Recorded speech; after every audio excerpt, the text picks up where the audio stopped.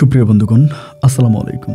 দূরে কাছে দেশে অথবা দেশের বাইরে থেকে প্রিয় বন্ধুরা ঠিক এই মুহূর্তে যেখান থেকে বাস্তব জীবনের গল্প শোনার জন্য আমার সাথে জয়েন করেছেন আমি আপন। আর যে আপন জীবনের গল্পের 1099তম পর্বে আপনাকে বরাবরের মতো স্বাগতম জানাচ্ছি। বন্ধুগণ, আজ আমি আপনাকে শোনাবো রংপুরের ছেলে পলাশের জীবনের কলিজা কাঁপানো এক বাস্তব জীবন কাহিনী। বন্ধুগণ, আজকের গল্পের টাইটেল বাঁশর ঘরেই স্বামীর গোপনাঙ্গ কেটে ফেলা এক স্ত্রী। আমরা আমাদের জীবনে হুটহাট করে এমন কিছু সিদ্ধান্ত নিয়ে নেই, এমন কিছু ভুল করে ফেলি যে ভুলের মাসুল আমরা সারা জীবন ভর দিয়েও শেষ করতে পারি না। আমার বাবা মারা গেছে, তিনি বারবার আমাকে একটা কথা বলতো যে আপন, ভাবিয়া করিও কাজ, করিয়া ভাবিও না। একটা কাজ করার আগে তুমি 1000বার চিন্তা করবা, আর চিন্তা করে যখন সিদ্ধান্তে উপনীত হবা এবং ওই কাজ করতে শুরু করবা, তখন শত বাধা আসার পরেও তুমি এই কাজ থেকে পিছপা হবা না, তবেই তুমি জীবনের সাকসেস। আমাদের এই পৃথিবীতে বেশিরভাগ মানুষগুলো পরাজিত হয় অন্যের কথা শুনে, থার্ড পার্টিকে রিলেশন বা সম্পর্কের মাঝে ডেকে এনে তৃতীয় ব্যক্তিকে বিশ্বাস করে জীবনে কত বড় ভয়ানক ঘটনা ঘটতে পারে। রংপুরের ছেলে পলাশের জীবনের গল্পটাই তার জ্বলন্ত প্রমাণ। আমি সবাইকে অনুরোধ করবো শুরু থেকে শেষ পর্যন্ত পলাশের এই গল্পটা আমার মুখে শুনবেন এবং গল্প শেষে পলাশকে আপনার মতো করে একটা মন্তব্য কমেন্ট বক্সে লিখবেন। ধন্যবাদ সবাইকে। মুসলিম ভাইদের সালাম আর হিন্দু ভাইদের নমস্কার। বন্ধুরা, আমার নাম পলাশ শীল, আমার বাড়ি রংপুর। আমি আমার জীবনের গল্পটা শুরু করার শুরুতে আপনাদেরকে আমার পরিবারের বিষয়ে জানিয়ে রাখি। আমার পরিবারে আমি আছি, আমার বাবা আছে, মা আছে, আমার ভাই আছে, বোন আছে। আমার বড় একটা ভাই আর ছোট একটা বোন রয়েছে। আমরা টোটাল 2 ভাই 1 বোন। আমাদের পরিবারটা রংপুর শহর থেকে অনেক দূরে ইন্ডিয়ার বর্ডার ঘেঁষে কোনো এক ছোট্ট গ্রামে এক হিন্দু পরিবারের নিম্ন মধ্যবিত্ত পরিবার। আমার বাবা পেশায় একজন শিল। আমিও ছোটোবেলা থেকে আমার বাবার সাথে শিলের কাজ করতাম এবং আমার জীবনে খুব বেশি দূর পর্যন্ত পড়াশোনা করা হয়নি। আমি আমার জীবনে খুব কম সময়ে পড়াশোনা করতে পেরেছি। আমি আমার বাবাকে অনুসরণ করতাম। ছোটোবেলা থেকে আমাদের নিজস্ব কোনো সেলুন ছিল না, এখন আমাদের নিজেদের একটা সেলুন আছে। বাট ওই সময় দেখা যেত যে আমার বাবা বাজারের দিন ইটের উপরে বসে এবং গাছের সাথে আয়না বেঁধে মানুষের চুল শেভ করতো। আমিও আমার বাবার সাথে দিনভর বাজারে এখানে কাজ করতাম। এমন করে আমার শৈশবের দিনগুলো কাটে। আমি যদিও একজন শিল পরিবারের সন্তান, তারপরও আমি অনেক বেশি হ্যান্ডসাম এবং ভালো কাপড় চোপড় পরার জন্য চেষ্টা করতাম। নিজেকে সবসময় পরিপাটি করে সাজিয়ে রাখতাম। আমার শৈশবের দিনগুলো খুব ভালোই কাটে। বাবা মা পিসি সবার ভালোবাসায় আমি আস্তে আস্তে করে বড় হয়ে উঠি। অনেকটা বড় হওয়ার পর আমার ভিতরে কেমন জানি মুসলিম ভাইদের সাথে এক অন্যরকম সম্পর্কে আমি জড়িয়ে পড়ি। ধর্ম যার উৎসব সবার, ওই মেতে আমি মুসলিম ভাইদের সাথে বিভিন্ন সম্পর্কে জড়াই এবং তারাও আমার সাথে খুব গভীর সম্পর্ক তৈরি করে। দেখা যায় আমার বন্ধুবান্ধবের লিস্টে হিন্দুর চেয়ে মুসলিম বন্ধুদের সংখ্যাই বেশি। এরকম করতে করতে একদিন হঠাৎ করে আমার এক বন্ধু আমাকে একটা বিয়েতে ইনভাইট করে। এটা হচ্ছে রংপুর শহরের কাছাকাছি কোনো একটা গ্রামে। আমার ওই বন্ধুটার সাথে আমার খুব ঘনিষ্ঠ একটা সম্পর্ক। শুধু যে সে আমার বন্ধু তাই নয়, আমি ওর চুল শেভ করতাম, সে আমার একজন ভালো কাস্টমারও বটে। দেখা যায় আমি আর ছোটোবেলায় আমি একসাথেই প্রাইমারি স্কুলে পড়াশোনা করি, এরপরেও হাই স্কুলটা পড়াশোনা করে আমি শিলের কাজ করি। কিন্তু তারপরেও আমার ওই বন্ধুর সাথে আমার খুব ঘনিষ্ঠ একটা সম্পর্ক রয়েছে। ও ঢাকায় থাকতো, বা ঢাকায় থাকলেও যখনই গ্রামে আসতো তখনই চুল শেভ না করালেও আমার সেলুনে এসে ঘন্টার পর ঘন্টা সময় দিত। ওই বন্ধু আমাকে একটা সময় ইনভাইট করলো তার দূর সম্পর্কের একটা আত্মীয়র বিয়েতে। আর আমারও না মুসলিম বিয়েগুলোকে খুব ভালো লাগতো। আমি মুসলিম বিয়েতে যেতে খুব মজা পাইতাম এবং আমাদের বিয়েগুলো আমার কাছে ভালো লাগে, মুসলিমের বিয়েটাও আমার কাছে ভালো লাগে। তো আমার বন্ধু তখন আমাকে বললো যে তার এক দূর সম্পর্কের আত্মীয়র বিয়ে, আমি যাবো কিনা। আর আমাকে নিয়ে যাওয়ার আরেকটা বড় কারণ ছিল আমার মোটরসাইকেল আছে। আমি সেই সময় থেকেও মোটরসাইকেল চালাই। তো মোটরসাইকেল থাকার কারণে আমার বন্ধু আমাকে বললো যে আমি তোর মোটরসাইকেলে করে যাব এবং বিয়ে দেখে তারপর আবার চলে আসবো। তো আমি ওরে বললাম যে আমি যেতে পারি, একটা শর্ত আছে, যদি তুই আমার শর্ত মানিস তাহলেই আমি যাব। আমাকে বললো ঠিক আছে, কী শর্ত বল। আমি বললাম আমি যাব এবং যাওয়ার পরে ওখানে গেলে পরে তুই কারো কাছেই বলবি না যে আমি হিন্দু। আসলে কি ভাই জানেন, মানে ধরেন কোনো মুসলিমের অনুষ্ঠানে যখন যাই, বিশেষ করে বিয়ের অনুষ্ঠানগুলোতে, নিজেকে হিন্দু বললেই না ওরা আমাকে আলাদাভাবে বসতে দেয়, খাবারটা আলাদা দেয়, মানে কেমন জানি আমাকে সব কিছু অন্যভাবে দেখে। অনেক মুসলিম মানুষ তো আছে যারা গরুর মাংস খায় না, তো আমাকে হিন্দু হইলেই কেন আলাদা টেবিলে বসতে হবে, সবার কাছ থেকে আলাদাভাবে খেতে হবে, আলাদা চেয়ার টেবিল, আলাদা প্লেট বাটি, এই জিনিসগুলো আমার কাছে ভালো লাগতো না। যার জন্য আমি আমার বন্ধুরে বললাম যে আমি যেতে পারি এই শর্তে যে তুই কারো কাছে বলতে পারবি না আমি হিন্দু ছেলে, কিন্তু গরুর মাংসটা আমি খাবো না, আমি বলবো যে আমি নিরামিষ খাই। তো ও আমাকে বলে আচ্ছা ঠিক আছে, যা তোর কথা মানলাম। এরপরে আমি আমার বন্ধুর সাথে তখন ওই বিয়ের অনুষ্ঠানে যাই। এটা আমাদের এলাকা থেকে বেশ দূরে, আমাদের বাইকে করে যেতেও প্রায় 1.5 থেকে 2 ঘন্টার মতো সময় লাগছে।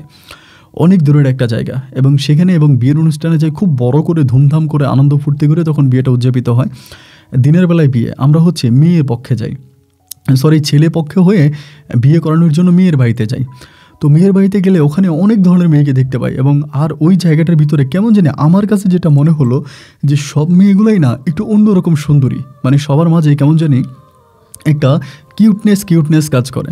ওখানে যাওয়ার পরে বিয়ের অনুষ্ঠানে খাওয়া দাওয়া করলাম এবং আমার ওই বিয়েতে একটা মেয়ের খুব ভালো লাগলো। মেয়েটার নাম হচ্ছে সাদিয়া এবং মুসলিম ধর্মাবলম্বী একটা মেয়ে, দেখতে শুনতে যেমনই সুন্দর ঠিক তেমনই লম্বা। সর্বদিক থেকে মেয়েটাকে এক নজর দেখে আমার ভিতরে তার জন্য এক মায়া বা ভালোবাসা কাজ করতে শুরু করলো। আমরা বিয়ে শাদী সম্পন্ন করলাম। বিয়ে শাদী সম্পন্ন করার পরে হঠাৎ করে দেখতেছি কনের ওই গাড়িতে, মানে মেয়ে পক্ষের সাথে তো হচ্ছে মানে আমরা যখন বউ নিয়ে যাব তো বউর সাথে তো বউর পরিবারের 2 একজন মানুষ যায়। সেখানে দেখলাম সাদিয়া নামের ওই লম্বা এবং ফর্সা মেয়েটা ওই বউর সাথে গাড়িতে উঠছে। তার মানে আমি বুঝে গেলাম যে ছেলের বাড়িতে এই মেয়েটা যাবে। তো আমরা কিন্তু বিয়ের অনুষ্ঠানে গিয়েছি এবং ওখান থেকে আমাদের চলে আসার কথা, মানে আমার বিশেষ করে চলে আসার কথা, আমার বন্ধুরা আমি ওই বাড়িতে নামাই দিব। তো এরপরে ছেলেপক্ষর গাড়ি যাচ্ছে, মানে বড়ের গাড়ি যাচ্ছে, বড়ের গাড়ি পিছনে আমি তখন বাইক চালা আসতেছি। আমি তো জানি ওই বাড়িতে গেলে পরে আমার বন্ধু বাইক থেকে নেমে যাবে এবং আমারে বলবে ঠিক আছে পলাশ তুই চলে যা, যেহেতু আমার দোকান আছে, আগামী দিনে আমি দোকান খুলবো। তো এখন আমি টেনশনে পড়ে গেছি যে ওরে কি বলা যায়, আবার মুখ ফুটে তো বলতেও পারি না যে দেখ আমি থাকবো, আমার রেখে দে।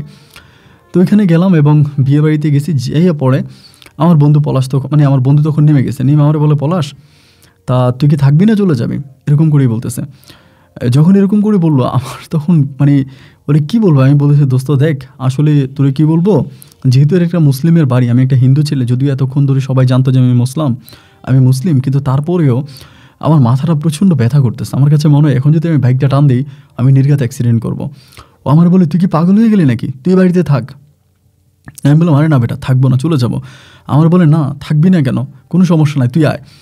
পরে বাইকটার ভিতরে পার্ক করলাম, করার পর আমার একটা রুমের মধ্যে নিয়ে গেল। যেহেতু বিয়ে বাড়ি বুঝতেই পারছেন যে প্রচুর পরিমাণ মানুষের আনাগোনা, তো আমাকে একটা রুমে নিয়ে গেল, গিয়া বলতেছে যে এই রুমের মধ্যে তুই ঘুমা, কিছু হবে না। পরে আমি তখন রুমের মধ্যে শুয়ে আছি, আমি জাস্ট ওয়েট করতেছিলাম যে সন্ধ্যা পর্যন্ত। এবার সন্ধ্যা হয়ে গেল, সন্ধ্যা হয়ে যাওয়ার পর আমি তখন ঘুম থেকে উঠছি, মানে শোয়া থেকে উঠছি, উঠে ওরে ডাক দিলাম, ওর নাম ছিল রায়হান। আর ডাক দিলাম, ও তখন আসছে। আসার পরে আমি বললাম যে বন্ধু আমার শরীরটা এখন মোটামুটি আগের থেকে অনেক ভালো লাগতেছে, চল না আমরা একটু দোকান থেকে চাটা খেয়ে আসি। যেহেতু আমি মানে সেলুনে কাজ করি বা আমার সেলুন আছে, তো সেখানে দেখা যায় 1 ঘন্টা পর পর চা খাইতে হয়, মানে চায়ের খুব বড় একটা নেশা কাজ করে, বিশেষ করে আমার। পরে আমি বললাম যে রায়হান চল চা খেয়ে আসি। তাও সাথে তখন চা খাওয়ার জন্য গেলাম। চা খাইতে খাইতে ওরা জিজ্ঞেস করলাম যে কোন পক্ষ থেকে কে কে আসছে। পরে আমার বলে মেয়ে আসছে, মেয়ের দাদি আসছে এবং 2টা মানে বউ আসছে, বউয়ের দাদি আসছে, সাথে 2টা মেয়ে আসছে। পরে আমি বলি 2টা মেয়ের মধ্যে একটা মেয়ে আছে সাদিয়া নামের, মেয়েটা অনেক লম্বা দেখছস। আমার বন্ধু বলে এটারে তো আমি বিয়ে করার জন্য প্রস্তাব দিতেছি, তুই কি বলিস? আমি বললাম ধুর বন্ধু যাই হোক, একটা মেয়ের সম্বন্ধে না জেনে হুটহাট করে বিয়ে করাটা ঠিক হবে না। আমি রাতের বেলা মেয়েটার সাথে একটু কথাবার্তা বলি, একটু ক্লোজ হই, মেয়ের পরিবার সম্বন্ধে জানি, এরপর না আমি তোর সাথে ফিটিং দিয়ে দিব। আসলে রায়হান হচ্ছে একটু লাজুক প্রকৃতির ছেলে। বন্ধু বান্ধবের মাঝে এরকম কিছু বন্ধু থাকে না যারা হচ্ছে মুখ ফুটে কথা বলতে পারে না, ভিতরে অনেক লজ্জাবোধ কাজ করে, কেমন জানি একটু একগোড়া টাইপের থাকতে পছন্দ করে। তো আমার বন্ধুরা তখন আমার বলতেছে যে আচ্ছা তাহলে তুই ঠিক বলছিস, আমি তো আর মেয়েদের সাথে মুখ ফুটে কথা বলতে পারি না, আমার তো লজ্জা লাগে, তাহলে মেয়েটার সাথে তুই রাতের বেলা একটু কথা বলিস, মেয়েটা কোথায় পড়াশোনা করে, কী করে না করে, এবং এই মেয়ের ফ্যামিলিতে কে কে আছে সব কিছু জেনে শুনে তুই আমাকে জানাইস, এবং জানানোর পর আমি মেয়েটাকে বিয়ে করব। এই কথা আমাকে বন্ধু রায়হান আমাকে বললো। আমি ঠিক আছে তাহলে তুই আমার কথা বলার সুযোগ করে দিস। পরে দুজনে চাটা খাইলাম দোকানে, আড্ডা মেরে রাত 8টার দিকে আমরা তখন বিয়ে বাড়িতে আবারও আসছি। তো বিয়ে বাড়িতে তখন প্রচুর মানুষ, পরের দিন আবার মেয়ের পক্ষের লোকজন আসবে না, মেয়ের বাড়ির লোকজন আসবে, এই জন্য রান্নাবান্না হইতে আসছে, মানে সবাই খুব আনন্দ ফুর্তি মজা মাস্তি করতেছে। তো এরই মাঝে আমি তখন দেখলাম যে মানে মেয়ে পক্ষে যে 2টা মেয়ে আসছিল, সাদিয়া সহ আরেকটা মেয়ে এবং আরও কয়েকটা মেয়ে মিলে তারা ঘরের মানে একটা রুমের মধ্যে বসে আছে। তো আমি রায়হানরে বললাম যে রায়হান আমি কি যাবো কথা বলার জন্য? ও বলে যা, কিন্তু কোনো ঝামেলা করিস না। না কোনো ঝামেলা করবো না। পরে আমি বললাম যে এত সুন্দর একটা বাড়িতে আসছেন আর আপনারা সবাই মিলে ঘরের কোনায় বসে আছেন, এটা কোনো কথা হলো? বাইরে ঘুরবেন ফিরবেন আড্ডা মারবেন, তা কি ঠিক না? পরে বলতেছে আপনার মতো এত সুন্দর স্মার্ট একটা বিয়াই থাকতে আমরা কেন ঘরের কোণে থাকবো বলেন তো, আমাদেরকে একটু নিয়ে ঘুরে আসতে পারেন না? এমন যাবেন নাকি? তাহলে চলেন। এই ডাক দিলাম, তখন প্রায় 5 থেকে 6টা মেয়ে একসাথে আমার সাথে বেরোইছে। বেরোয়ার পরে বাড়ির আঙিনে আমি তাদেরকে নিয়ে ঘুরতেছি, ঘুরতে কয়েকটা মেয়ে বলতেছে বেয়াই ওখানে তো দোকান আছে, মানে তাদের বাড়ির পাশেই দোকান, বলে বেয়াই কিছু খাওয়াবেন না, দোকানে যাই চলেন। আমি বললাম যে ঠিক আছে চলেন। তো রাতের ওই গুটগুটে অন্ধকারের মধ্যে হেঁটে হেঁটে সবাই দোকানের দিকে যাচ্ছিলাম। রাস্তার মধ্যে গিয়ে আমি তখন সাদিয়ারে ইশারা দিলাম, ইশারা দেওয়ার পর পিছনে নামছে, নামে বলতেছে কী ব্যাপার ভাইয়া? আমি বললাম সাদিয়া কিছু মনে করো না, কিছু মনে করবে না, আপনার সাথে আমি একটু কথা বলতে চাই। তো আমাকে বলে হ্যাঁ বলেন না, সমস্যা নাই, আপনি তো আমার বিয়াই, বলতেই পারেন। আমি বললাম আপনি প্রেম করেন? বলে না, প্রেমের এখনও বয়স হয় নাই, বয়স হলে করবো। এখন আপনার ফ্যামিলিতে কে কে আছে? বলে আমার আব্বা আছে, আম্মা আছে, সবাই আছে। আমি বললাম আপনার আব্বা কী করে? বলে আমার আব্বা মাওলানা। আমি শোনার পরে আমার বুকটা কাঁপ দিয়ে উঠছে, আয় হাই, এই যে মাওলানার মেয়ে, আমি তো হিন্দু। পরে আমি বললাম সাদিয়া কিছু না মানা করলে আপনার ফোন নাম্বারটা কি একটু দেওয়া যাবে? পরে বলতেছে যে ফোন নাম্বার নিয়ে কী করবেন, আমার বাসায় মোবাইল আমি ইউজ করি না, তাও নাম্বারটা দেন, যদি কোনো দিন দরকার হয় আপনারা ফোন দিলাম। পরে বলে আচ্ছা ঠিক আছে। পরে নাম্বারটা বললাম, তখন নাম্বারটা আমার কাগজের মধ্যে আমার মোবাইলে উঠাইলাম। অ্যান্ড মোবাইলে উঠানোর পরে দেন আমি তার সাথে তখন দোকানে গেলাম। সবাই অনেক কেনাকাটা করলো, প্রায় 800 টাকার মতো বিল আসছে। মেয়ের অনেক কিছু কিনছে, মেয়ে মানুষ তো দোকানে গেলে পোষাই নিছে। পরে 800 টাকার মতো বিল আসলো, সবাই চলে আসছে। আসার পরে দেন আমি তখন সবাই খেতে দিলাম, সবাই তখন খাইলো। এবং রাতের বেলায় সাদিয়া এবং সবাই তখন ঘুমিয়ে পড়ছে। আমি আমার বন্ধু রায়হানের সাথে শুয়ে গেছি বলতে শুয়ে আছি, ঘুমাচ্ছি না। রায়হান আমাকে বারবার বলতেছে দোস্ত কী হইলো, কী বললি, মেয়েটার সাথে কথা কতটুকু হলো, প্রেম ভালোবাসা কোনো কিছু কি সামনের দিকে যাবে? আমি বললাম দেখ বন্ধু তুই মন খারাপ করিস না, মেয়েটা আসলে একটা রিলেশনে আছে। ও আমার কাছে বলে না, কিন্তু তার কথাবার্তার মাঝে বোঝা গেল যে কোনো একটা রিলেশনে আছে। রায়হান তখন আমার বলতেছে দেখ এটা আমার নিজেরও মনে হয়েছে, কারণ এত কিউট একটা মেয়ে ওই বয়সে প্রেম করবে না, এটা কি মানা যায় নাকি? অবশ্যই মেয়েটা রিলেশন আছে, এটা আমারও ডাউট লাগছে। আমি বললাম আচ্ছা ঠিক আছে, যেহেতু রিলেশনেই আছে তা এই কথা বলে তো আর লাভ নাই, এখন রিলেশনে আছে, রিলেশনে মেয়ে থাক, সমস্যা নাই, এরপর আমি আমার জায়গা থেকে চেষ্টা করি, তুই টেনশন করিস না। রায়হান আমার বলতেছে ধুরো ভাই বাদ দে তো, কথা বলতে হবে না। এই কথা বলার পরে আমি তখন কী করলাম, বাড়ি থেকে বাসা থেকে একটু বের হইলাম, ওদের রুম থেকে, গ্রামের বাড়ি তো, রুম থেকে বের হয়েছি। রুম থেকে বেরোয়ে হঠাৎ করে খেয়াল করে দেখলাম যে পুকুর পাড়ে কে জানি ফোনে কথা বলতেছে, এমন একটা অবস্থা। তারপরে ভালো করে তাকে দেখলাম যে এটা আর কেউ না, এটা সাদিয়া। তা সাদিয়ার কাছে তো মোবাইল নেই, ও মোবাইল পাইলেও কই বা কার সাথে কথা বলতেছে। এবার আমি আস্তে আস্তে করে ওর পিছনের দিকে গেলাম, ওর পিছনে গিয়ে দাঁড়াইলাম। ও কিন্তু বুঝতে পারে নাই, অন্ধকার তো বুঝতে পারে নাই। পিছনে দাঁড়ানোর পরে আমি স্পষ্ট শুনতেছি ওর একটা বান্ধবীর সাথে কথা বলতেছে, এবং ওর বান্ধবীর সাথে ও আমার প্রসঙ্গে কথা বলে যে বিয়ে বাড়িতে আসছিলাম, একটা ছেলে দেখলাম পলাশ নামের, চুলগুলো অনেক লম্বা। যেহেতু ভাই আমি সেলুনে চাকরি করতাম, সেলুনে আমার ছিল, তা সবসময় নিজেকে হ্যান্ডসাম করে রাখতাম, চুল শেভ এগুলো সবসময় খুব কিউটলি করতাম, যাতে দেখার মতোভাবে সাজুগুজু করে রাখতাম নিজেকে। পরে দেখলাম যে তার বান্ধবীর কাছে বলতেছে, এবং বান্ধবী কী বলে তা তো আমি শুনি না, কিন্তু সাদিয়া যা বলতেছে তা শুনতেছি। সাদিয়া বলে ছেলেটার অনেক ভালো লাগছে, তা ফোন নাম্বার দিয়ে দিছি। আমি বলছি আমি মোবাইল ইউজ করি না, মিথ্যা বলছি, আমার ঘরে মোবাইল, এটা বলে নাম্বার দিয়ে দিছি, নাম্বার নিয়ে গেছে। এখন ছেলেটা অনেক কিউট, অনেক ভালো লাগছে, রিলেশন করতে ইচ্ছে করে, এটা ওইটা অনেক কিছু বলে। আমি তো তখন ভাই খুশিতে একেবারে টুইটম্বুর। যাই হোক, অনেক মজা পাইলাম, আয়শা রায়হানের সাথে মজা মাস্তি করতেছি, আমি তো হয়ে গেছে, আমার তো হয়ে গেছে। এবং পরের দিন আমি আবার রায়হান ওর সাথে কথা বলতে দেই না। আমি যখনই দেখি যে রায়হান ওইদিকে একটু ঝুঁকতেছে, আমি ডাইকে নিয়ে আসি, দোস্ত ওইদিকে যাইস না, আমি দেখতেছি। আমি রায়হানকে বারবার এই মেয়েটার কাছ থেকে স্কিপ করে নিয়ে আসি। এবার চলে আসলাম, এবং মেয়ে পক্ষ থেকে লোকজন আসছে, আসার পর সবাই খাওয়া দাওয়া করলে এখন চলে যাবে, সাদিয়া চলে যাবে। এবং সাদিয়ারও চলে যাওয়াটা আমার জন্য যে কতটা কষ্টের ছিল আমি জাস্ট এরকমই বলি। আমি সাদিয়ার গাড়ির পিছনে পিছনে অনেক দূর পর্যন্ত বাইক চালাই গেছি। এরপর ওরা চলে গেল, মেন রোড উঠে চলে গেল। দেন আমি তখন ফিরে আসলাম। আসার পরে রায়হানকে নিয়ে তখন আমি আমার বাড়ির দিকে যাচ্ছি, আমার এলাকাতে যাচ্ছি। কোনোভাবেই যেন সামনের দিকে বাইকের চাকাটা যাচ্ছে না, মনটা চাচ্ছে আরেকটা বারের জন্য সাদিয়ার কাছে যাই। এরকম ঘুটঘুটে কোনো এক অন্ধকারে নিঝুম রাস্তায় সাদিয়ার হাত ধরে হাঁটি, ওকে একবার মিষ্টি করে বলে আমি ওকে ভালোবাসি। বাড়িতে যেতে না যেতে আমি তখন সাদিয়াকে কল দিই। কলটা তখন ওই রিসিভ করে। তা আমি বললাম তুই না বললা যে মোবাইল তোমার ঘরে থাকে, তা তুমি রিসিভ করলে? ও বলে ঘরে তো আমিই থাকি, বেশিরভাগ সময় আমি থাকি, তাই আমি রিসিভ করলাম। আমি বললাম ভালো আছো? বলো মা আপনি থেকে তুমি। আমি বললাম আমার আপনি করে বলতে ভালো লাগে না, তুমি করে বলবো। তা বলে আচ্ছা ঠিক আছে বলেন, বিআই তো সব নামেই বলতে পারেন। পরে তুমি করে তার সাথে সম্বোধন করে কথাবার্তা বলি, অ্যান্ড অনেকক্ষণ ধরে কথা বলি। যতক্ষণ ধরে তার সাথে কথা বলি ঠিক ততটা সময় না আমার বুকের ভিতরে এক অন্যরকম শান্তি অনুভব করি। এবং এই হলো তার সাথে আমার কথাবার্তা বলা শুরু। এরপর থেকে আমি তার সাথে প্রতিদিন অন্তত ঘন্টার পর ঘন্টা কথা বলি।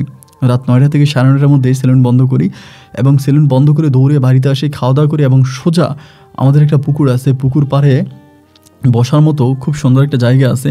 ওই সুন্দর জায়গাটাতে বসে আমি ঘন্টার পর ঘন্টা সাদিয়ার সাথে কথা বলি। আমি সারা রাত তার সাথে কথা বলি। সকালবেলা উঠে কেউ যদি আমাকে জিজ্ঞেস করে সাদিয়ার সাথে কী কথা বলেছি, আমার একটুও মনে থাকে না, মানে আমি যে কী বলছে আমি নিজেও জানি না, কিন্তু তার সাথে আমার ঘন্টার পর ঘন্টা কথা হয়েছে। দুজনের মাঝে অনেক প্রেম, অনেক ভালোবাসা, জানাশোনা, বোঝাপড়া সব কিছু মিলিয়ে সাদিয়া আমার প্রতি খুব পাগল হয়ে যায়। একইভাবে আমি ওকে খুব ভালোবেসে ফেলি, এতটাই ভালোবাসি যে ওকে ছাড়া আমার পুরো পৃথিবীটাই অন্ধকার মনে হয়। কিন্তু মনের ভিতরে সবসময় একটা ভয় কাজ করে, আমি তো হিন্দু ছেলে, আমার পরিবারটা তো হিন্দু পরিবার, কিন্তু একটা হিন্দু ছেলে হয়ে আমি কি করে ওর মতো একটা মোল্লার মেয়েরে বিয়ে করব।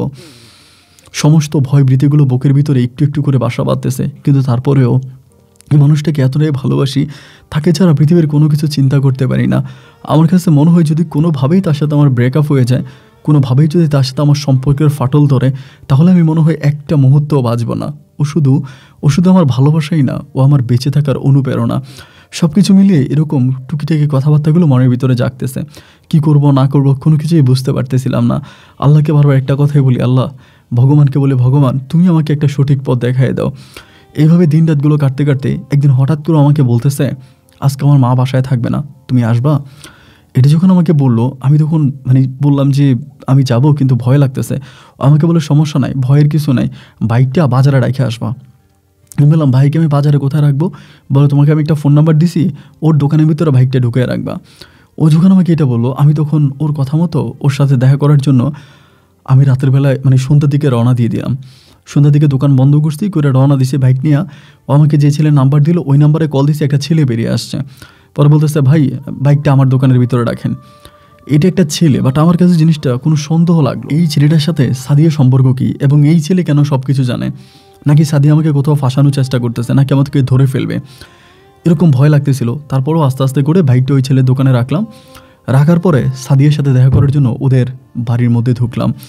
বাড়িতে ঢুকার পরে ও আমারে দরজা খুলে দিছে। ওদের দরজা খুলে দেওয়ার পর আমাকে বলে ভিতরে আসো। তখন ভিতরে গেলাম।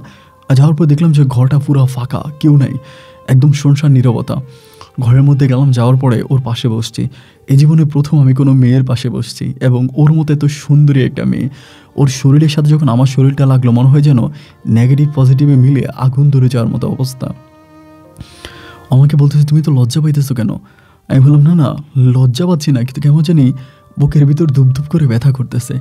আমি জীবনে কোনোদিন এরকম কোনো মেয়ের পাশে এমন করে বসিনি, তো এই জন্য কেমন জানি আমার ভিতরে এক অন্যরকম শান্তি অনুভব করতেছে, আর এরই মাঝে ভয়ও লাগতেছে। ও আমার বলে, তুমি মন খারাপ করো না, কিচ্ছু হবে না, তুমি কি ভয় পাইতেছো, রিল্যাক্স হও। এরপরে ও গেল এবং ফ্রিজ থেকে অনেক ধরনের রসালো মিষ্টি জাতীয় খাবার নিয়ে আসছে। আমাকে বলে, এই খাবারগুলো খাও। আমি দেখো আমার কোনো খাবার খেতে ইচ্ছে করতেছে না। ও আমাকে বলে, আরে খাও না, এবং জোর করে আমাকে মিষ্টি খাওয়াই দিল। ঘড়ির সময় রাত তখন প্রায় 11টা থেকে 11:30টার কাছাকাছি। আস্তে আস্তে করে আমি বললাম, সাদিয়া চলো না, আমরা বাড়ির বাইরে একটু ঘুরে আসি। ও আমাকে বলে, এটা কি তুমি তোমার বিয়ে বাড়ি পাইছো যে বাড়ির বাইরে যাবা, ঝামেলা হয়ে যাবে। এরকম করে পাশের রুমে যাওয়ার পরে দেখলাম যে একটা বৃদ্ধ মহিলা শুয়ে আছে। ওর দিকে তো আমার আরও ভয় লেগে গেল, কী ব্যাপার সাদিয়া, এই বৃদ্ধ মহিলাকে? ও বলে, এটা আমার পাশের ঘরের দাদি। আমি বললাম, তোমার পাশের ঘরের দাদি এখানে শুয়ে আছে? পরে বলে, আরে আমার মা তো আমাকে বাড়িতে একা রেখে গেছে, তো একা আমি একটা যুবতী মেয়ে থাকতে পারি, এই জন্য আমি দাদিটা রেখে গেছে। তাই আমি বললাম, তোমার দাদি এরকম ঘুমিয়ে আছে সন্ধ্যা রাতে? বলে, ভেবো না, ঘুমের ওষুধ খাওয়াই দিছি। আমি বললাম, ও মাই গড, তো বুড়ো মানুষ যদি মরে যায়? বলে, না মরবে না, কারণ ঘুমের ওষুধ না খাওয়াইলে তা আমাকে খুঁজবে না। আমি বললাম, ও আচ্ছা ঠিক আছে। এরপরে সাদিয়া আর আমি দুজনে আস্তে আস্তে করে ওদের বারান্দায় গেলাম। রাত্র প্রায় 1টার মতো বেজে গেছে। আস্তে আস্তে করে আমি খুব খেয়াল করে দেখলাম যে সাদিয়া আমার সাথে ওই সম্পর্কটাতে জড়াতে চায়, যে সম্পর্কটাতে গেলে সাদিয়া বুঝে যাবে আমি যে একটা হিন্দু ছেলে। যখন আমার শরীরের ভিতরে এত হিট কাজ করতেছে, আমি নিজেকে কন্ট্রোল করতে পারতেছি না, এবং একটা পর্যায়ে আমি হঠাৎ করে সাদিয়ার হাত ধরে ফেললাম। ধরে বলতেছি, সাদিয়া তুমি আল্লাহকে বিশ্বাস করো না? ও বলে, হ্যাঁ করি তো। আমি বললাম, জানো আমিও না সৃষ্টিকর্তাকে অনেক বিশ্বাস করি, কিন্তু আমার কাছে অনেক খারাপ লাগতেছে যে আমি তোমার সাথে এই কাজটা করব বিয়ের আগে, এইটা না আমার কাছে ভালো লাগতেছে না। এবং আমার কাছে মনে হয় যে আমি বিয়ের আগে যদি পাপ করে ফেলি, তাহলে আমি তোমার মতো এত সুন্দর একটা মেয়েকে আমার বউ হিসাবে পাবো না। তাই বিয়ের আগে আমি এই পাপ কাজের সাথে লিপ্ত হতে চাই না। ও আমাকে তখন বলে, ও মাই গড, তুমি এটা কী বলতেছ? আমি তোমাকে ভালোবাসি, কিচ্ছু হবে না। আমি বলি, না আমি এটা কখনোই করবো না। ঠিক তখনই সাদিয়ার চোখ থেকে না পানি বেরিয়ে যায়, এবং ও চোখের জল ঝরে আমাকে বলে, জীবনেই প্রথম আমি কোনো একটা ছেলে দেখতে পেলাম যে কিনা চোখের সামনে এত সুন্দরী একটা মেয়ে দেখেও সৃষ্টিকর্তার উপরে ভয় করে, আল্লাহর উপরে ভয় করে তার শরীরে হাত দিচ্ছে না। আমি তোমার মতো এত নিষ্পাপ, এত ভালো মনের একটা ভালো চরিত্রের একটা স্বামী পাইছি, এটা তো আমার জন্য আর কোনো কিছু হতেই পারে না। এবং সেই রাতে আমি দেখলাম যে সাদিয়া আমাকে এতটাই ভালোবেসেছে, পৃথিবীতে একটা মানুষ আরেকটা মানুষকে এতটুকু ভালোবাসতে পারে না। সাদিয়া আমার বুকে মাথা রেখে বলে, জানো আমি সবসময় ছেলেদেরকে খারাপ মনে করতাম ছেলেরা মানেই লম্পট, ওরা সুযোগ পেলে মেয়েদের ইজ্জত নষ্ট করে, ইজ্জত লুটে চলে যায়। আমি যদিও তোমাকে প্রথম থেকে বিশ্বাস করতাম, কিন্তু এরপরেও তোমার এই ঘটনাতে তোমার উপরে বিশ্বাসটা আমার আরও বেড়ে গেল। আমি জানি তোমার মতো সৎ চরিত্রবান ছেলে দুনিয়াতে দ্বিতীয়টা হতে পারে না।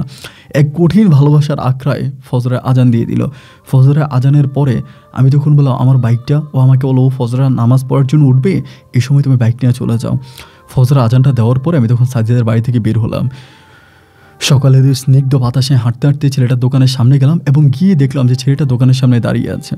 আমি বললাম ভাই আমি বাইকটা নিয়ে যাব। পরে বাইকের দরজাটা খুলে দিল, বাইকের রুমের গেটটা খুলে দিলাম। আমি তখন বাইকটা নিয়ে বেরিয়ে এই বাতাসের মধ্যে মনে হয় যেন আকাশ দিয়ে উঠতে উঠতে আমি আমার বাড়ির পথে রওনা দিলাম।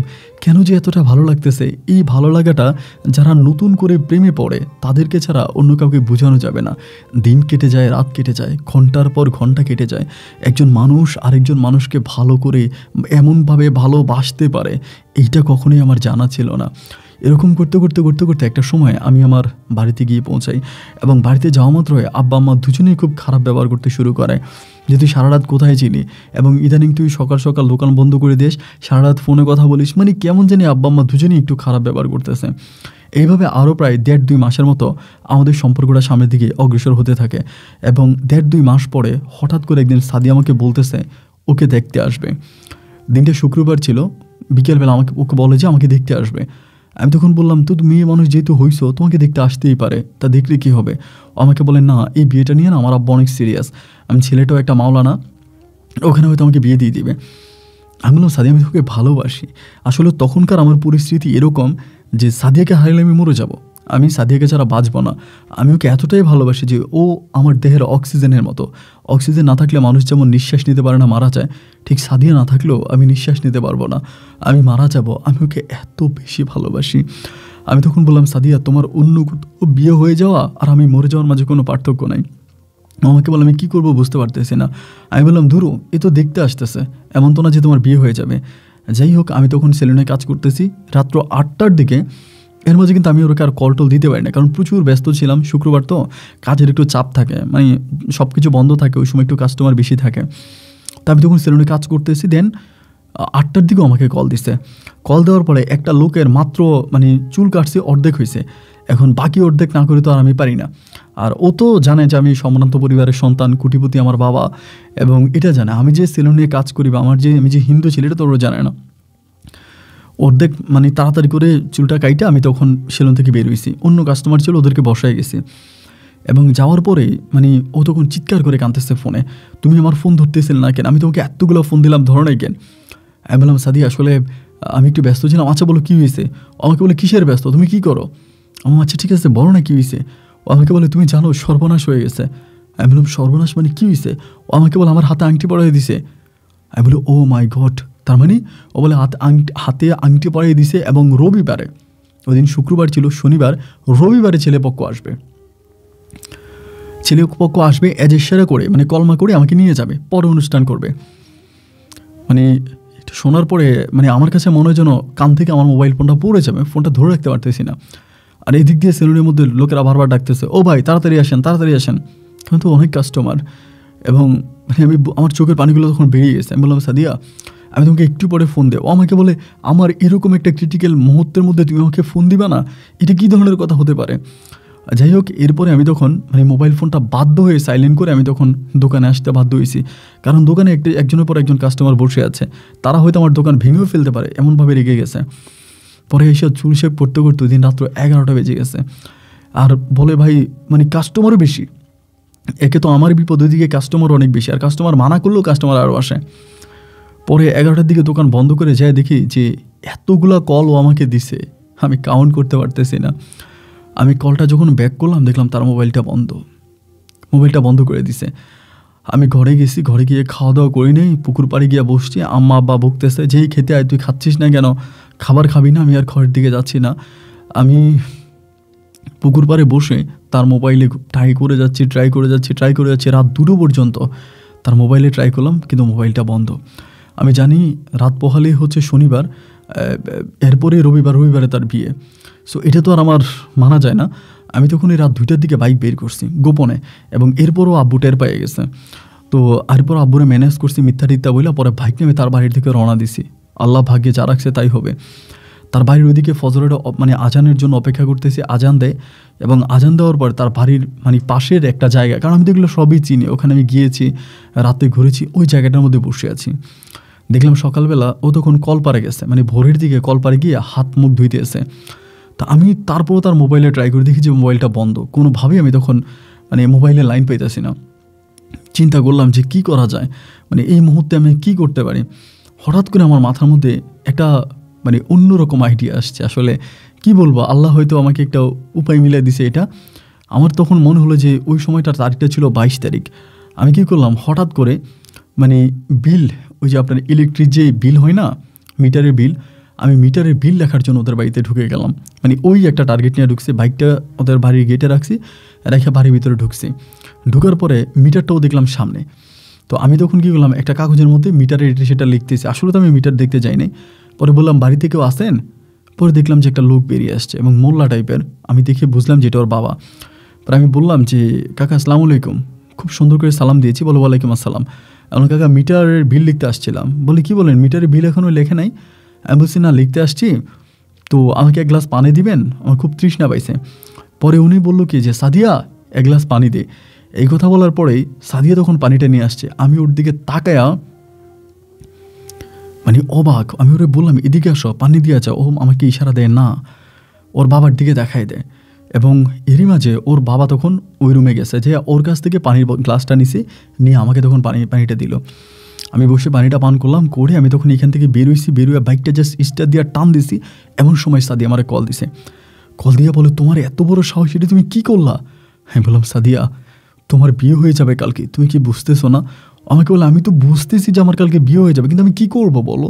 তুমি তো এরকম একটা মানুষ যে তুমি তোমার মোবাইল ফোনটা অফ করে রাখছো, তোমার ফোনটা তুমি রিসিভ করো না। আমি তোমাকে কতগুলো ফোন করছি।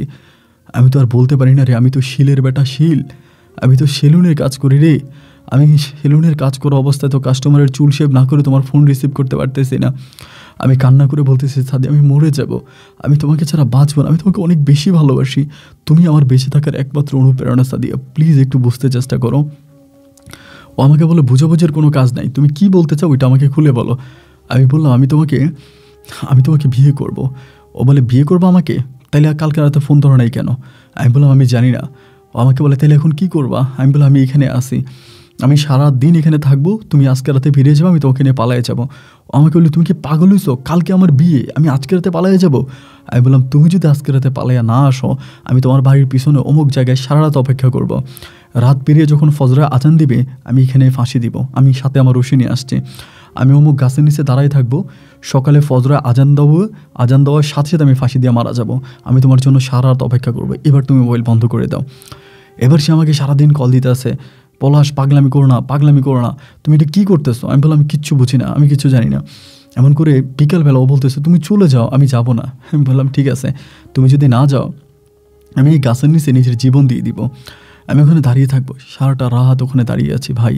রাত্র 1টার দিকে আল্লাহর কি হুকুম, মোবাইলের ডিম লাইটের বাতি দিয়ে আমি দেখলাম যে সাদিয়া আমার এখানে আসছে। ওরে দেখার পর আমি ওকে জড়িয়ে ধরে চিৎকার করে কান্না করতেছি। ও আমারে বলে চিৎকার করো না প্লিজ, আমার কথা শোনো, পাগলামি করো না, তুমি চলে যাও। আমি বললাম কোথায় যাব? ও আমাকে বলে তুমি এখান থেকে চলে যাও, তুমি জানো না আমার আব্বা বা আমার পরিবারে কেউ যদি জানতে পারে বা তোমাকে এখানে দেখে তোমাকে জিন্দা পুঁতে ফেলবে। আমি বললাম সাদিয়া আমার বুকের কষ্টটা এত বেশি, যদি মৃত্যুটা হয়ে যায় আমার জন্য ভালো হয়, আমি এই বুকের কষ্টটা নিতে পারতেছি না। ও আমাকে বলে তুমি কি চাও? আমি বললাম আমি তোমাকে নিয়ে পালিয়ে যাবো, তুমি আমার সাথে চলো। ও বলে এটা কোনোভাবেই সম্ভব নয়, কারণ আমার বাবা খুব সম্মানিত একটা মানুষ, আমার বাবা এটা নিতে পারবে না। আমার বাবা একজন নামকরা মাওলানা, নামকরা একজন ব্যক্তি, উনি একজন ধর্মীয় মানুষ, ওনার পক্ষে এটা মেনে নেওয়া সম্ভব নয়। আমি বললাম ঠিক আছে, আমার জীবনের চেয়ে যদি তোমার বাবার সম্মানটা বেশি হয়ে থাকে তো এখানেই দাঁড়িয়ে রইলাম, তুমি চলে যাও। ও আমাকে বলে মরো গিয়া তুমি, আমি আর কিচ্ছু বলতে পারবো না।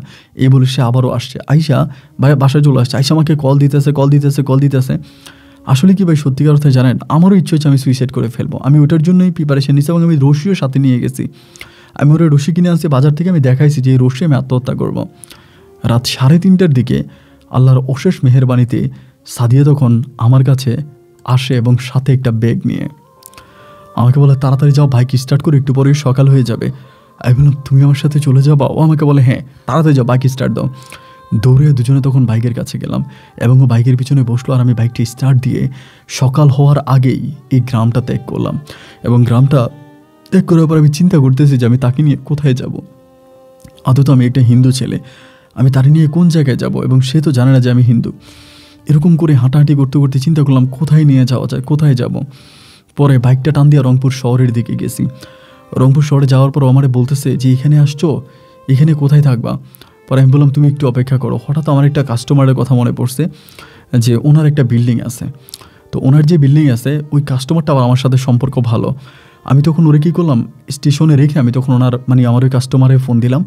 কাস্টমারটা বেরিয়ে আসছে। পরে আমি বললাম যে কাকা, আমি যে হিন্দু এই কথাটা ওরে বললেন না, আমি ওকে ভালোবেসে নিয়ে আসছি, আপনার বাসা অন্তত একটা রাত আমাদেরকে থাকতে দেন। পরে উনি আমারে বলতেছে যে এটা কে? আমি বললাম, প্লিজ, ও একটা মুসলিম মেয়ে, আমাকে ভালোবেসে নিয়ে আসছি। ও বলে, তুমি যে হিন্দু মেয়ে জানে না? আমি বললাম, না, ও জানে না, আর আপনাকে জানাইন না। বলে, এটা কোনো কথা হলো? আমি বললাম, কাকা আপনার পায়ে ধরি, আমি তো আপনার অনেক চুল শেভ করতাম, আপনার সাথে ভালো সম্পর্ক ছিল, আপনি তো আমার একটু বুঝুন, মুনিয়াকে আমাদের ওইদিকে চাকরি করতো আর কি। পরে বলে, আচ্ছা ঠিক আছে আসো। পর ওনার বাসায় গেছি, যাওয়ার পর উনি আমাদেরকে একটা রুম দিল। রুম দেওয়ার পর ওই রুমের ভিতরে আমি আর সাদিয়া ঢুকলাম। ঢুকে আমি আর বেরোচ্ছি না, ওখানেই পড়ে আছে। ওর হাতে যে মোবাইল ফোনটা ছিল এটাও বন্ধ করে ফেলছে। ও খুব কান্না করতেছে, কান্না করে করে বলতেছে আমার আব্বার কী অবস্থা জানি, আমার আম্মার জানি কী অবস্থা। প্রচণ্ড কান্না করতেছে। আজকে তোর বিয়ে হবার কথা, বিয়ের দিন। যাই হোক, এরকম করতে করতে একটা সময় আমি ওকে বুকে জড়িয়ে ধরে দিনের মধ্যেই ঘুমিয়ে গেছি ওই রুমের মধ্যে। এবং বিকেলবেলা আমার ঘুম ভাঙে, ওর ঘুম ভাঙে। পরে আমরা দুজনেই উঠি। এরই মাঝে আমাদেরকে কিন্তু আমার ওই লোকটা অনেক ডাকাডাকি করছে, আমি কিন্তু আর উঠি নাই। বিকেলবেলা উঠার পরে তিনি আমার বলতেছে, তুমি কি মানুষ? এইভাবে ডাকলাম, এতবার ডাকলাম, তুমি ঘুম থেকেই উঠলা না, তোমরা দুপুরে খাবা না? পরে আমি বললাম যে খিদা তো লাগছে। পরে বলে, যাও তোমার ওয়াইফকে ডাকো। আমি বললাম, না, খাবার দেন, আমরা ভিতরে নিয়ে খাই। পরে ভিতরে গেছি, ভিতরে যেয়ে খাবারটা খাইছি। আমার ভিতর ও আমাকে বারবার জড়ায় ধরতেছে ওই রকম একটা সম্পর্ক করার জন্য। আমি শুধু ওকে একটা কথাই বলি যে দেখো, আমি চাই না তোমার সাথে বিয়ের আগে আমার এরকম কোনো একটা সম্পর্ক হোক। শুধু এই কথাটা বললে আমি স্কিপ করতেছি।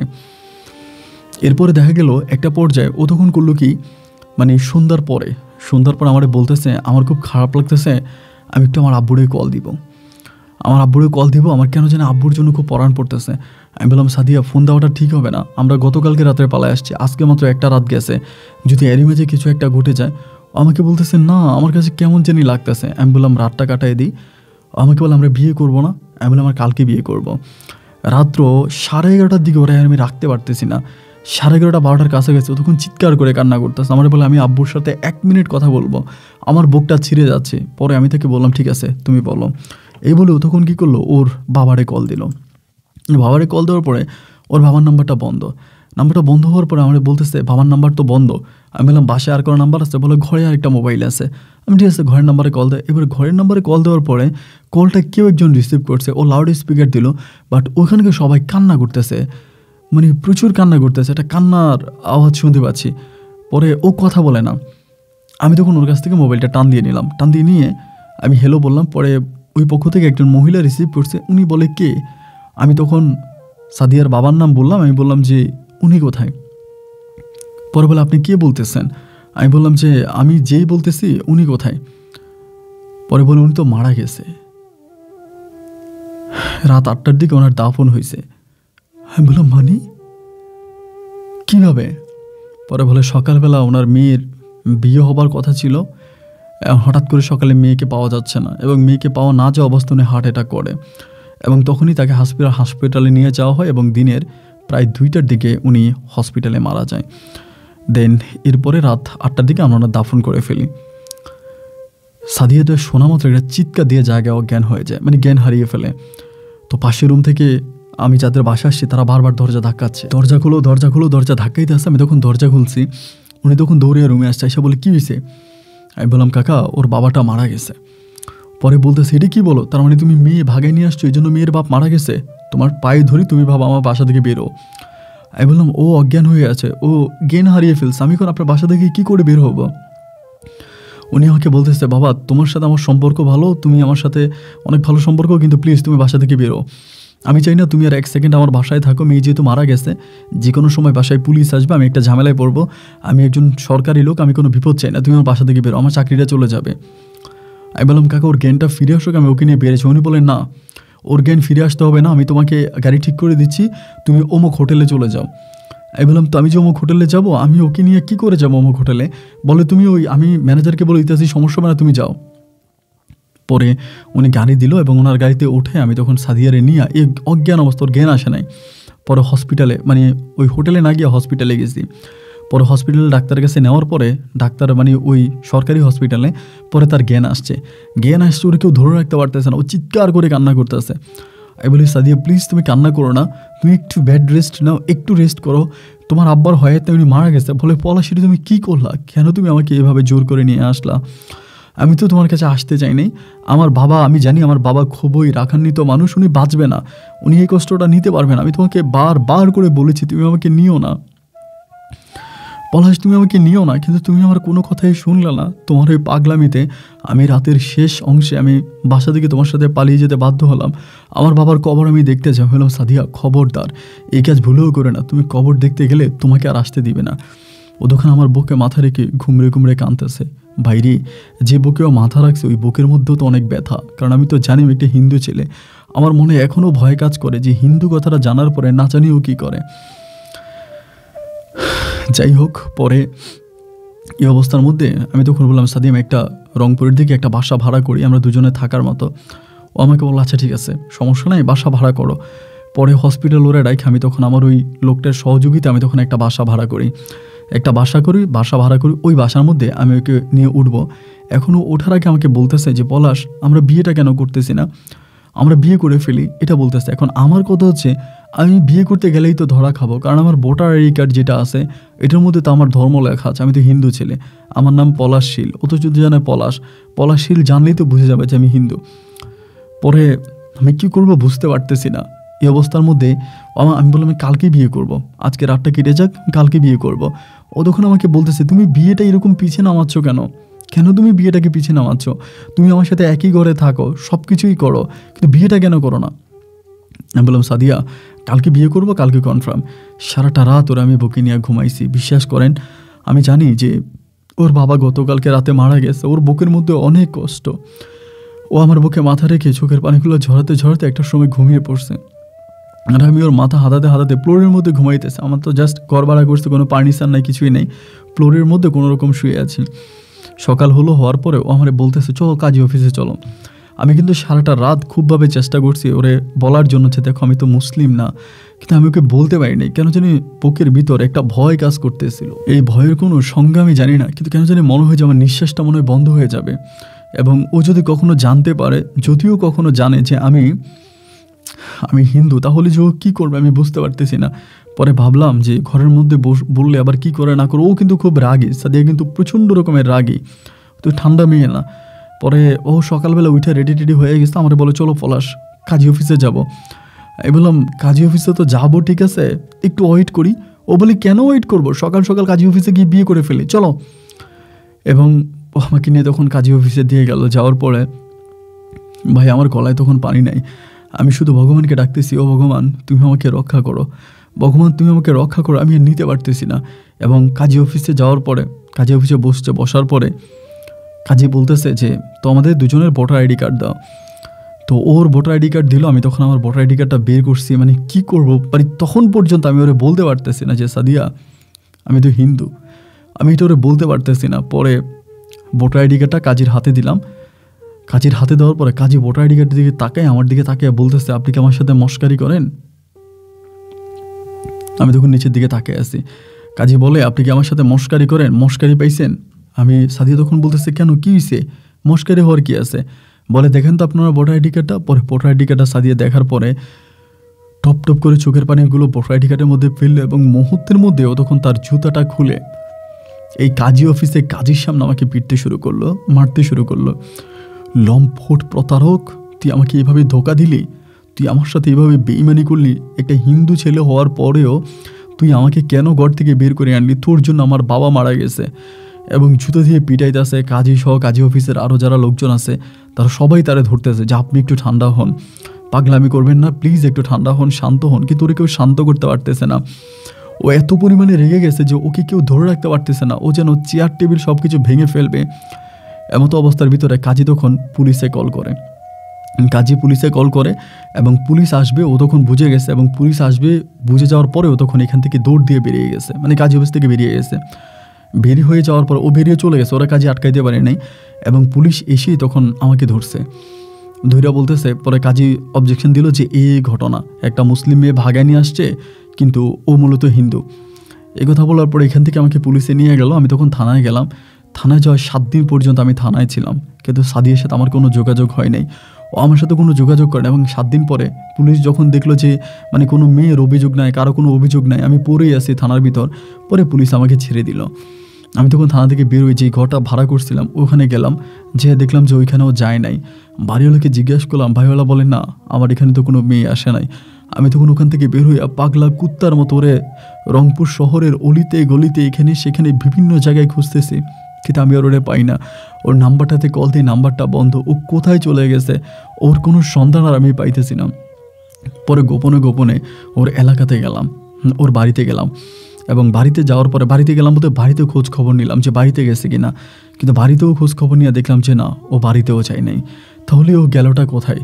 এবং সেখান থেকে আমি তখন আমার বাড়িতে যাই। আমার বাড়িতে গেলে এই যে আমার জীবনে এত ঘটনা ঘটে যাচ্ছে, আমি এত কিছু করে ফেলেছি, এটা কিন্তু আমার আব্বা আম্মা কেউ জানে না, আমার বোন ভাই কেউ জানে না। সবাই আমাকে খুব গালমন্দ করতেছে, বকাবাধ্য করতেছে, তুই এরকমটা কেন করতেছিস, কেন পাগলামি করতেছিস, ঘরে থাকিস না, বাড়িতে থাকিস না, তোর যখন যেদিকে মন চাই তুই সেদিকে চলে যাস।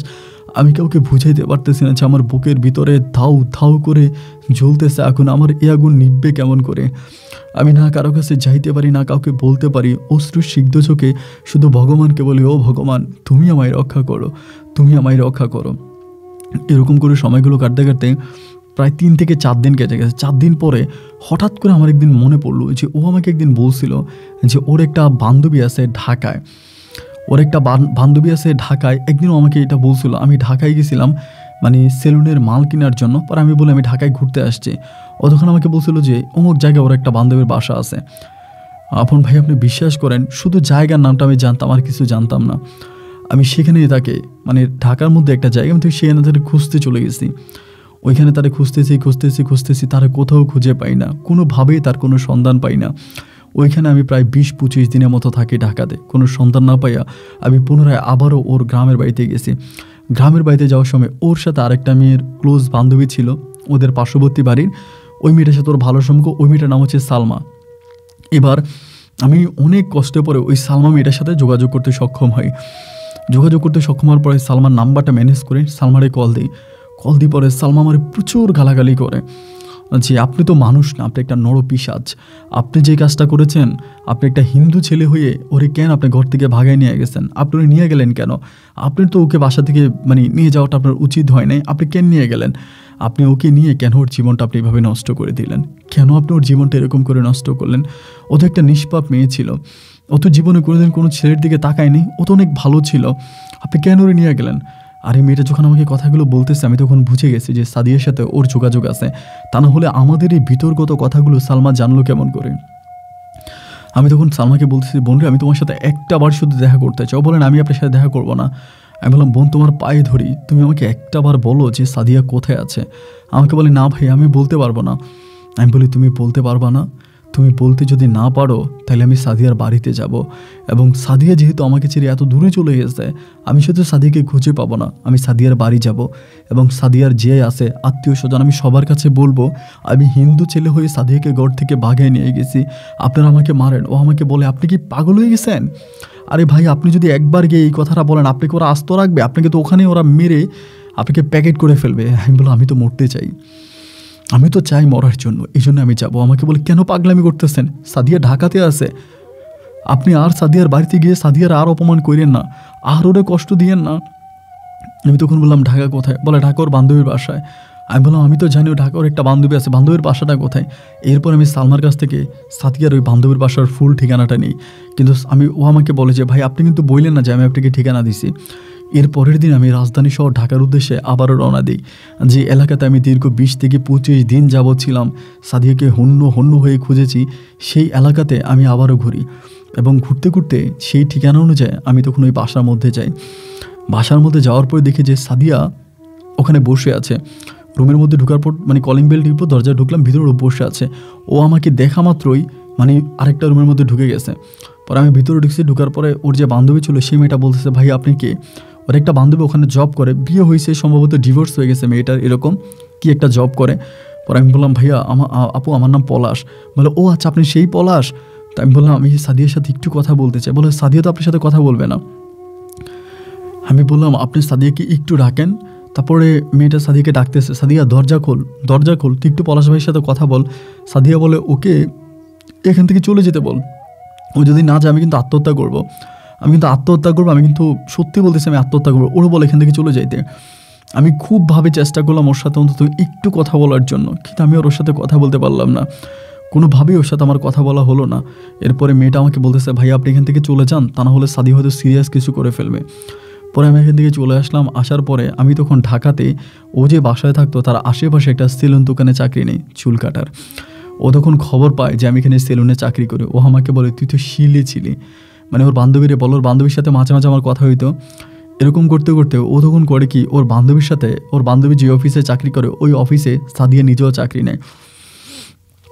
ও আর গ্রামে ফিরে যায় না, গ্রামে না ফিরে গিয়ে এই অফিসে চাকরি নেয়। তখন ওর বান্ধবীর সাথে একসাথে চাকরিতে যায়, ডিউটিতে যায়, ডিউটি করে আবার আসে, একইভাবে চলতেছে। আমি তখন সেলুন দোকানে কাজ করি, আর ওর সাথে আমার কিন্তু কোনো কথা হয় না, মানে আমি যে ওর সাথে 1 মিনিট কথা বলবো এরকম না। ও জানে শুধু ওই বাসায় থাকে যায়, 1 দিন 2 দিন নয়, দীর্ঘ 4টা মাস আমার ফ্যামিলির সাথে আমার কোনো যোগাযোগ নাই, আমার আব্বা আম্মার সাথে কোনো যোগাযোগ নাই। আমি কোথাও যাইনি, সেলুনে চাকরি করতেছি, খাইতেছি আর ওরা পাহারা দিতেছি, যদিও ওরা আমি দেখি না, শুধু যেন ওই বাসায়ও থাকে। 4 মাস পরে আমার কেন যেন একদিন ওর জন্য খুব খারাপ লাগতেছে। পরে আমি একদিন ওই মেয়েটার বাসায় আবারও গেছি পুনরায়। যাওয়ার পরে কলিং বেল দিলাম, মেয়েটা দরজা খুলছে সুন্দর দেখে। আমি বললাম, আপু আপনি আমাকে দেখে রাগ করেন না, আমি সাদিয়াকে শুধু একটা নজর দেখে চলে যাব। পরে বলে, ভাই সাদিয়া তো বাসায় নেই। আমি বললাম, সাদিয়া বাসায় নেই, সাদিয়া কোথায়? বলে, ভাই আপনি কেন সাদিয়ার জীবন থেকে চলে যাচ্ছেন না? আপনি কি বুঝতেছেন না যে সাদিয়া আপনাকে সহ্য করতে পারে না? আপনি কেন যাচ্ছেন না? আমি বললাম, আমি তোকে ভালোবাসি, আর এতটাই ভালোবাসি যে আমি ওকে ছাড়া পৃথিবীর অন্য কোনো কিছু ভাবতে পারি না। পরে আমাকে বলে, ভাই আপনি ভুল করতেছেন, সাদিয়া আপনাকে ঠিক ততটা ভালোবাসে নাই যতটা আপনি সাদিয়াকে ভালোবেসেছেন। আমি বললাম, মানি? বলে, হ্যাঁ।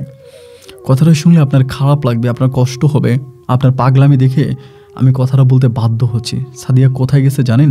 আমি বললাম, কোথায়? বলে, সাদিয়া ওর একটা বয়ফ্রেন্ড আছে হৃদয়, আমাদের এখানে আসার পরে পরিচয় হয়েছে, আমাদের অফিসে চাকরি করে, ওই হৃদয়ের সাথে ওর প্রেম হয়। ও আর হৃদয় একটা রেস্টুরেন্টে গেছে ডিনার করার জন্য। আমি বললাম, আপনি যদি সাপ গলায় দিয়েও বলেন, এটা আমি কখনো বিশ্বাস করি না যে আমার সাদিয়া এত কম সময়ের ভিতরে আমারে বলে অন্য কারো গলায় ঝুলতে পারে। বলে, বিশ্বাস করেন নাই তো ঠিক আছে, আপনি আমার কথা বললেন না, ওরা অমুক রেস্টুরেন্টে আছে, আপনার অমুক রেস্টুরেন্টে গিয়ে দেখে আসেন, তবে খবরদার সাদিয়ার সামনে পড়েন না। যদি সাদিয়ার সামনে পড়েন, সাদিয়া কিন্তু আপনাকে জুতো দিয়ে পিটাবে, আমি কিন্তু বারবার বলতেছি। আমি বললাম, ঠিক আছে। পরে আমি ওই রেস্টুরেন্টে যাই।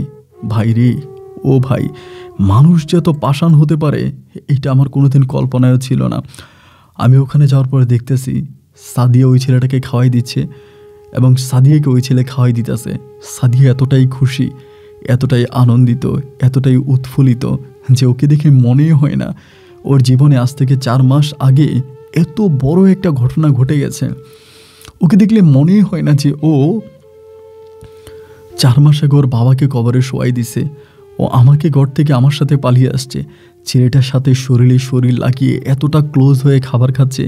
দূর থেকে দৃশ্যটা দেখে আমি তখন চোখের পানিগুলো ফেলতে ফেলতে ওখান থেকে চলে গেলাম এবং ওখান থেকে গিয়ে ভাই আমি প্রচুর পরিমাণে ড্রিঙ্কস করলাম। পরের দিন আর কাজে গেলাম না, এর পরের দিন আবারও কাজে গেলাম, সেলুনে গেলাম, কাজ করতেছি এবং চিন্তা করতেছি বাড়িতে চলে যাব। এভাবে একটা চিন্তা ভাবনা করে পরে আবার ভাবতেছি এখানে থাকলে তো ওরা আমি একটা নজর হলেও দেখতে পারতেছি, বাড়িতে গেলে তো আমার এক নজরও দেখা হবে না, অন্তত একটা পলক দেখার জন্য না হয় আমি ওর সাথে থেকে যাই, এখানে থেকে যাই, শুধুমাত্র ওরে একটা নজর দেখার জন্য, একটা পলক দেখার জন্য আমি আর বাড়িতে গেলাম না। আমি এখানেই ছিলাম দীর্ঘ 15 দিনের মতো। আমি আর ওই মেয়েটার সাথে কোনো যোগাযোগ করলাম না, ওই বাসার ওইদিকে গেলাম না। 15-20 দিন পরে আমি তখন আরেক দিন মানে ইভেন এই ঠিক এরকমই একটা সন্ধ্যার সময় ওই বাসার মধ্যে আবারও গেছি। যে কলিং বেল দিয়েছে। আমি ভাবলাম যে ওরা, আমি অন্তত একটা বার দেখে আমি জিজ্ঞেস করেছি ও কীভাবে পারলে তো কম সময়ের ভিতরে এইভাবে পাল্টে যেতে, একটা মানুষে তো কম সময়ে পাল্টায় কেমন করে, তাকে জিজ্ঞেস করি। কলিং বেল টিপার পর আপু, তখন ওই আপুটাই দরজা খুলছে। খোলার পর আমার বলতেছে, আরে ভাই আপনি গ্রামে যান নাই এখনও? আমি বললাম না, ওনাকে কিন্তু আমি বলছিলাম যে আমি গ্রামে চলে যাবো, এখানে থাকবো না। পরে আমি বললাম, না আপু যাই নেই, এখনও পড়ে আছি। সাদিয়া কি বাসে আছে? পরে বলে, না সাদিয়া তো এখানে থাকে না। তো আমি বললাম, সাদিয়া এখানে থাকে না, সাদিয়া কোথায় থাকে?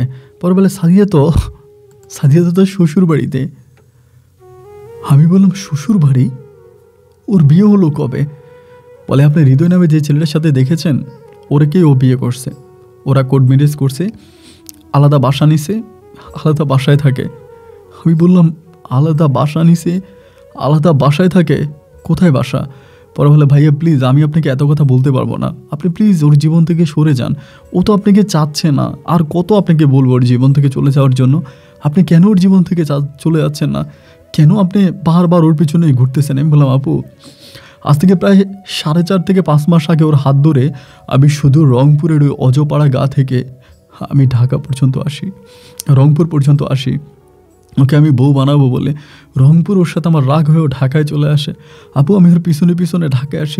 আপনি জানেন না যে কত কষ্ট করে আমি ওর সন্ধান খুঁজে বের করি, এত কষ্ট করে খুঁজে বের করে আমি আজকে এই পর্যন্ত আসছি ওকে একটা নজর দেখার জন্য। বোন রে, ও বোন, আমি আপনার 2টা পায়ে ধরে বলি, আমি সাদিয়াকে ছাড়া বাঁচব না।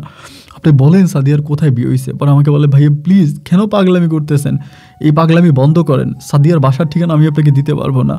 ঘাড় ধাক্কা দিয়ে বের করে দিয়ে তখন দরজাটা লাগাই দিল। আমি ওনাদের অফিসটা চিনতাম, তারা কোন অফিসে চাকরি করে। এর পরের দিনে আমি অফিসের সামনে গিয়ে দাঁড়িয়ে আছি, সিকিউরিটিকে জিজ্ঞেস করলাম, আপনাদের অফিসে হৃদয় নামের কোনো ছেলে আছে কিনা? বলে, হ্যাঁ আছে তো।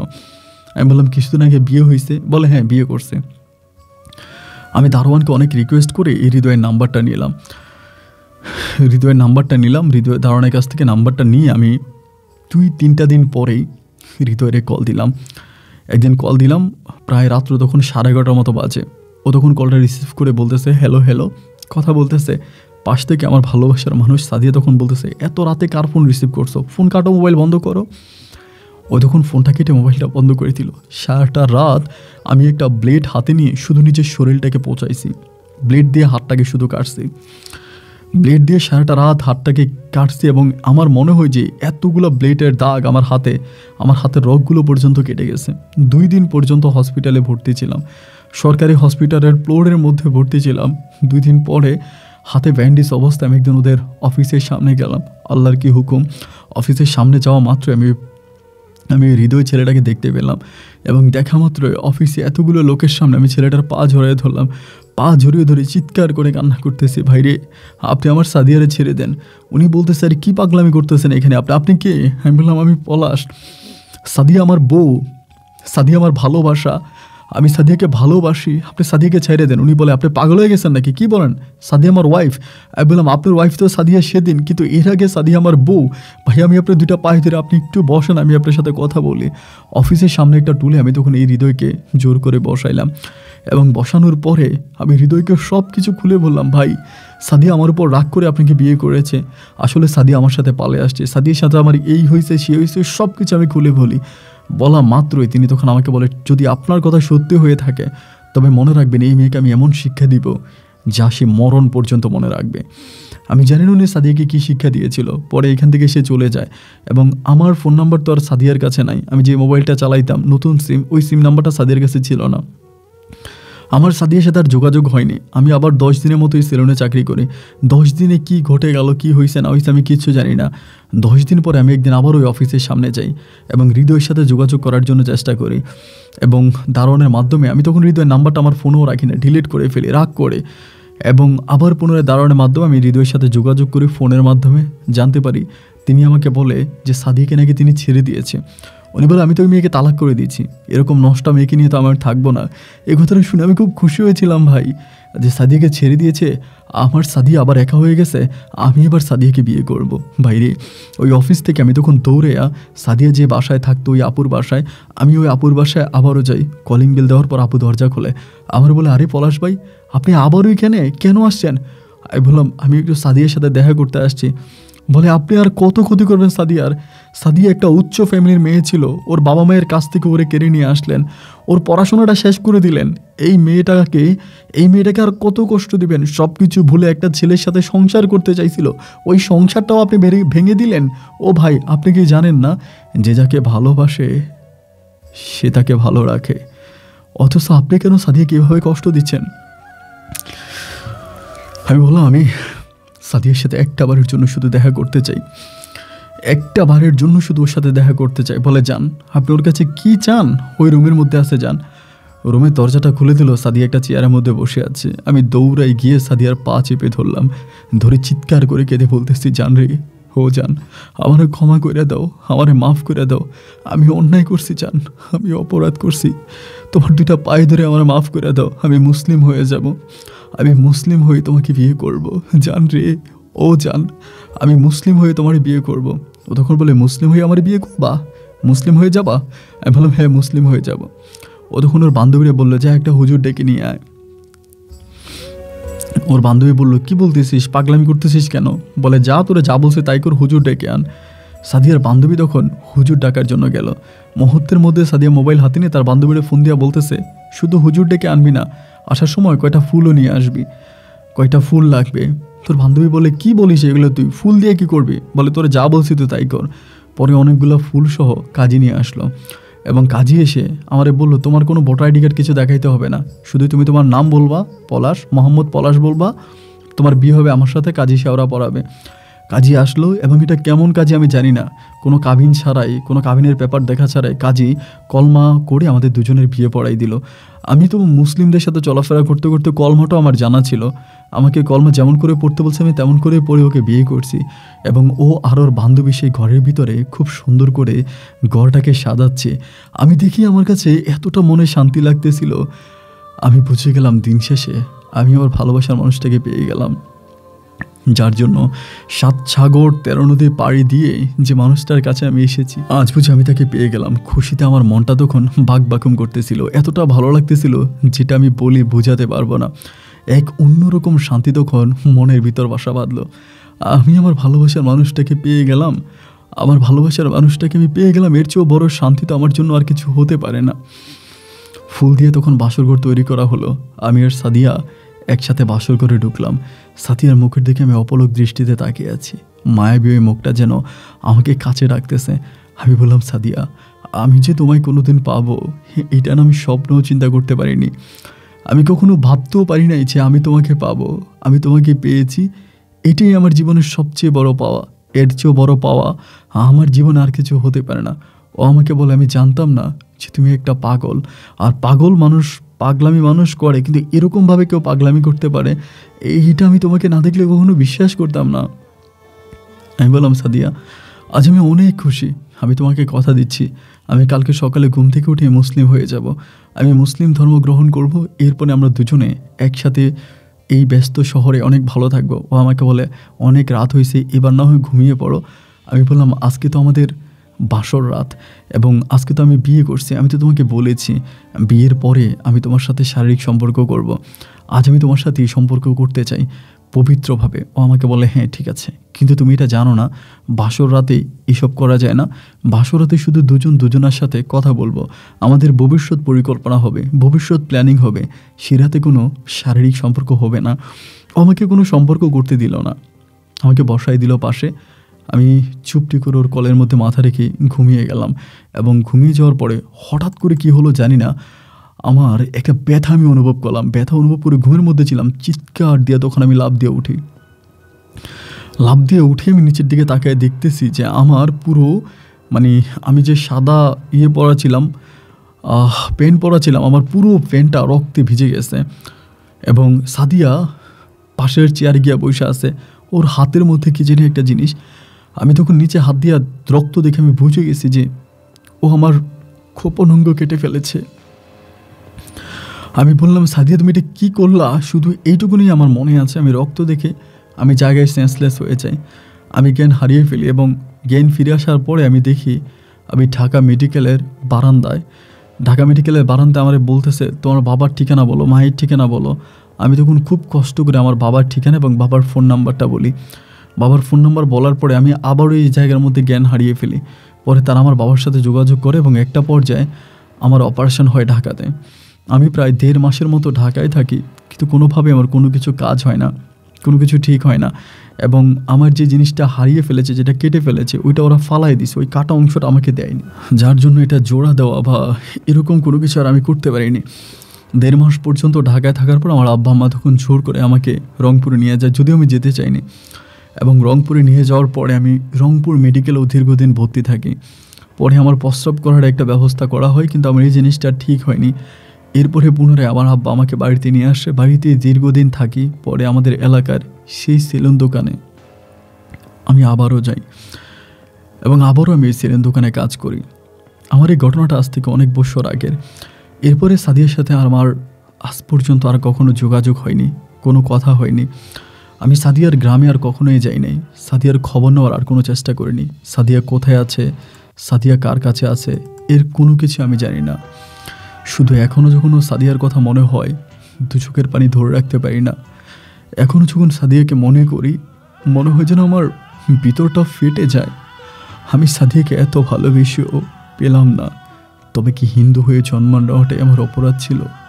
আমি কি হিন্দু হওয়ার কারণেই সাদিয়াকে পেলাম না?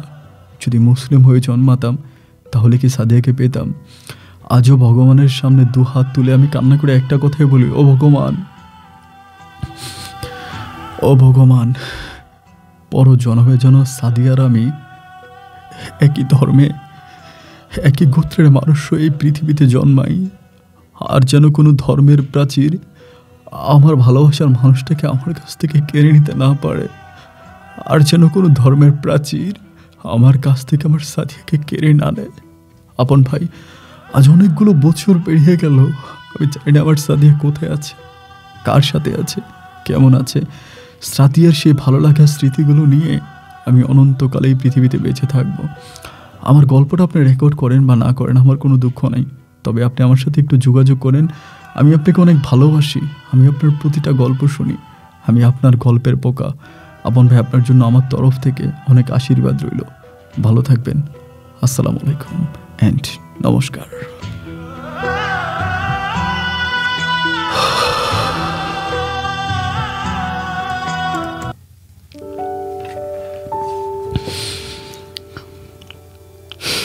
প্রেমের মরণ কবু হয়, সারা জীবন প্রেম তো বেঁচে রয় প্রেমিকের অন্তরে, সেটাই তো সত্যি, তাই না?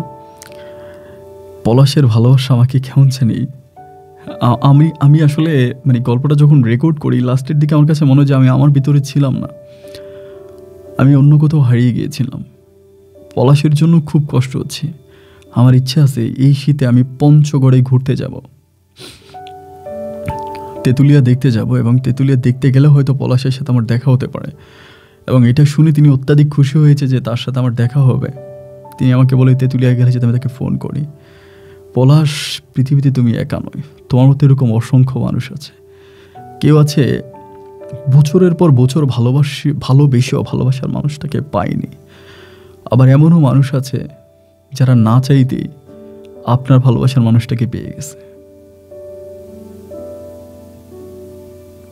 ভালো থাকুক ভালোবাসাগুলা, পলাশের মতো এরকম দুঃখজনক ঘটনা আর কারো জীবনে না ঘটুক এই প্রত্যাশায় আমি আপন আজকের মতো এখানেই বিদায় নিচ্ছি। আপনাদের সাথে আমার দেখা হবে অন্যদিন অন্য কারো বাস্তব জীবনের গল্প নিয়ে। আল্লাহ হাফেজ অ্যান্ড আসসালামু আলাইকুম।